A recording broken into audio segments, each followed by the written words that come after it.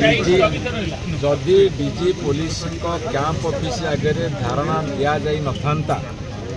जो माने आहत क्षत विक्षत होती विक्टिम माने एवं तांकु समर्थन करी अनेक सीनियर लीडर्स एवं लीडर्स माने धारणा दबा फल आज पुलिस विभाग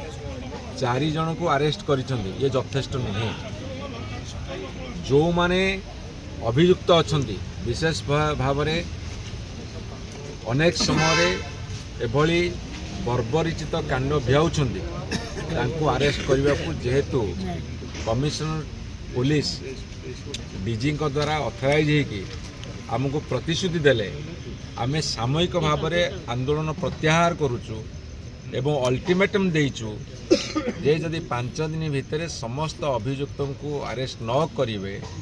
ताहले डीजी ऑफिस टू घेराव करी होम मिनिस्टर चीफ मिनिस्टर बासभवन घेराव करा हजार हजार संख्यार लोक मानक नहीं।